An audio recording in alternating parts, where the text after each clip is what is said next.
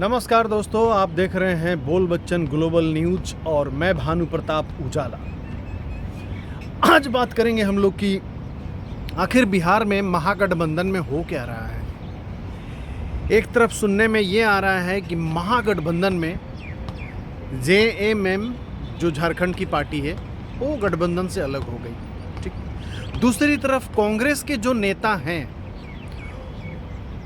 अभी तत्काल बयान आया है पप्पू यादव का कि जेएमएम को कुछ सीट दे के कम से कम जेएमएम को गठबंधन से बाहर नहीं करना चाहिए था लालू यादव को। पप्पू यादव ने निशाना साधा है लालू यादव पर। जी हाँ, और उन्होंने ये भी आरोप लगाया है कि अब आरजेडी को कम से कम अपने में सुधार करना चाहिए और किसी दूसरे गठबंधन से सीखना चाहिए कि अपने महागठबंधन में अपने घटक दलों के साथ कैसा व्यवहार करना है। अब ये समय आ गया है कि पप्पू यादव सिखा रहे हैं लालू प्रसाद यादव को। तो इस तरह से देखा जाए तो महागठबंधन में अभी कुछ सही ठीक चल नहीं रहा है। अब इसके पीछे का वजह जानते हैं कि आखिर ऐसा हो क्यों रहा है। देखिए, कहीं ना कहीं जो 17 महीने की सरकार तेजस्वी यादव ने चलाया था उसमें तेजस्वी ने सिर्फ ध्यान रखा था एक ही चीज़, रोजगार और बस युवाओं के बारे में बात करना। उसके बाद उस डिप्टी सीएम रहते हुए उन्होंने कुछ भी ऐसा नहीं किया। तो कहीं न कहीं आरजेडी खेमे के जो बड़े नेता हैं और आरजेडी के जो सपोर्टर हैं उनको ये लग रहा है कि क्यों ना आरजेडी को ही सबसे ज़्यादा सीट दिया जाए। और देखिए, एक तरह से ये भी कहा जा सकता है कि बिहार में अभी भी जो राजनीतिक परिवेश है लालू और नीतीश के इर्द गिर्द ही घूम रहा है। मतलब जेडीयू और आरजेडी इन दोनों के अगल बगल ही घूम रहा है। उसके अलावा कोई किसी पार्टी की अभी इतनी बिसात नहीं है कि बिहार में सरकार बनाने के लिए और सबसे ज़्यादा वोट पाने के लिए आगे आ सके। तब इसमें समझने वाली ये चीज़ है कि कहीं ना कहीं मुझे तो ये लगता है कि कहीं ना कहीं आरजेडी को ये लग रहा है कि जो पिछले चुनाव में गलती हुआ था 2020 में, टोटल 70 से 75 सीट दिया गया था कांग्रेस को और कांग्रेस का स्ट्राइक रेट बहुत ही ज़्यादा खराब था। मात्र 10 से 15 सीट या 20 सीट ऐसे कुछ जीते थे। मतलब बहुत ही खराब अनुभव था। तो उस तरह से उस समय भी एक बार बयान आया था तेजस्वी यादव का कि अगर कांग्रेस के बजाय खुद आरजेडी लड़ी होती तो शायद सीटें अपने आप में ही इनके पास बहुमत आ जाता और किसी गठबंधन की ज़रूरत नहीं होती।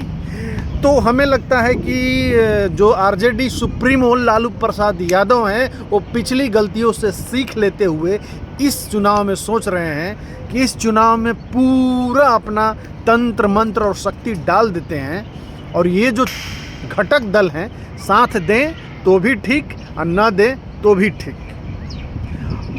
तो ये तो हुआ राजद का सोच।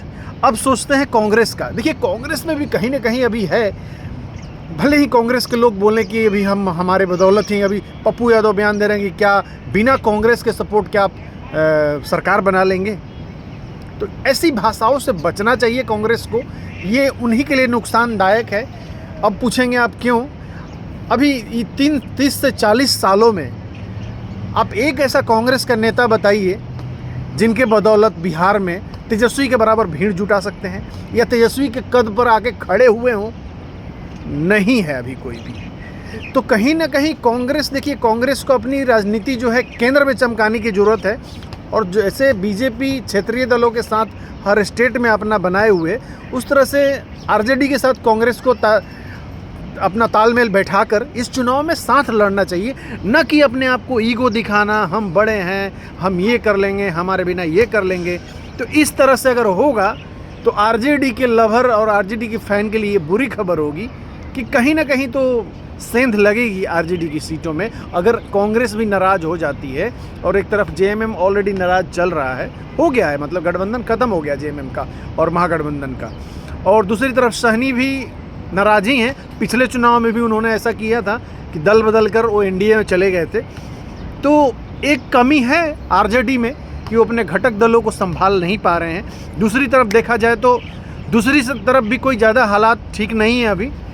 हम लोग हर दिन चर्चा करते हैं कि आखिर बिहार में क्या हालात चल रहा है। तो उसी दौर में मैं ये बताना चाहूँगा कि एनडीए में भी कुछ ऐसा ठीक चल नहीं रहा है। एनडीए में है कि नीतीश जी जो हैं एनडीए में भी सेम यही चल रहा है। नीतीश जी तो चलिए ऑलरेडी हैं बिहार में, अब बीजेपी के नेताओं को लग रहा है, और बीजेपी के नेता कुछ जो जेडीयू में सिंध मारे हुए हैं, उन्हें लगता है कि हम लोग अकेले भी, अब बीजेपी अकेले भी सरकार बना सकती है बिहार में, कोई दिक्कत नहीं है। तो ये बहुत बड़ी भूल होगी बीजेपी के लिए, क्योंकि देखिए बिहार जो है, बिहार में जातिगत समीकरण पर चुनाव होता है और राजनीति चलती है। और बीजेपी कहीं भी हो, किसी से भी आप पूछ लें तो बीजेपी में, बीजेपी के सपोर्टर सबसे ज़्यादा आपको मिलेंगे जनरल कैटेगरी के लोग, ठीक है। और जनरल कैटेगरी के लोगों का अगर आप पॉपुलेशन निकालेंगे तो इतना नहीं है कि अगर उनके वोट से सिर्फ बीजेपी अपनी सीट निकाल सके। तो बीजेपी को कहीं ना कहीं उसको भी जेडीयू को लेकर चलना पड़ेगा, चिराग पासवान को ढोना पड़ेगा। चिराग पासवान का ही देख लीजिए, चिराग पासवान को आप बोल सकते हैं कि मतलब बरसाती मेढक की तरह है। चुनाव आता है तो इनके अंदर बिहार बिहार बिहार फर्स्ट, बिहार फर्स्ट पूरा घर कर जाता है, जैसे लगता है कि मतलब इनसे बड़ा नेता कोई बिहार का है ही नहीं। और चुनाव ख़त्म होगा और ये भाई साहब सिर्फ दिल्ली जाके केक कटवाएंगे, दिल्ली में ही रह जाते हैं ये, दिल्ली बम्बई चलने लगता है इनका, बिहार का फिर याद नहीं आता है। इतना दिन ये फूड मंत्रालय इनके पास था, कौन सी फैक्ट्री खोले हैं बिहार में, ज़रा बताइए। कितने गन्ने का मिल खुलवाया इन्होंने, कितने चीनी मिल खुलवाया इन्होंने। तो वही है, बड़ी मुँह छोटी बात, क्या कह सकते हैं। बिहार में यही है, जो भी नेता है, जो भी पार्टी है, देखिए किसी का ध्यान जो है ना बिहार के लोगों के मुद्दों पर नहीं है। बिहार के धरातल पर क्या चाहिए उस पर कोई बातचीत नहीं हो रही है। ये चुनाव आ गया, इसमें ये लोग सास पतोह वाला और सास बहू वाला जो लड़ाई है ना, वो बस दिखा के और लोगों को बेवकूफ़ बना के बस आ जाएगा 14 नवंबर, 6 नवंबर वोटिंग होने के बाद 14 नवंबर आ जाएगा, एक मुख्यमंत्री बन जाएंगे और फिर से वही रोना धोना चलेगा। तो भाइयों बहनों, मैं ये कहना चाहता हूँ कि देखिए आप आपका जो कैंडिडेट हो रहा, जिस कैंडिडेट को वोट दे रहे हैं ना, उसी को वोट दीजिए जिस पर आपका पकड़ हो और जो आपके हाथ में हो, ठीक है ना। और ये हाथ में होना भी चाहिए। आप विधायक बन रहे हैं हमारे वोट से, और आप जो है कि वोट मिलने के बाद आप स्कॉर्पियो और फॉर्च्यूनर चमका रहे हैं, तो शर्म नहीं आता ऐसे लोगों को।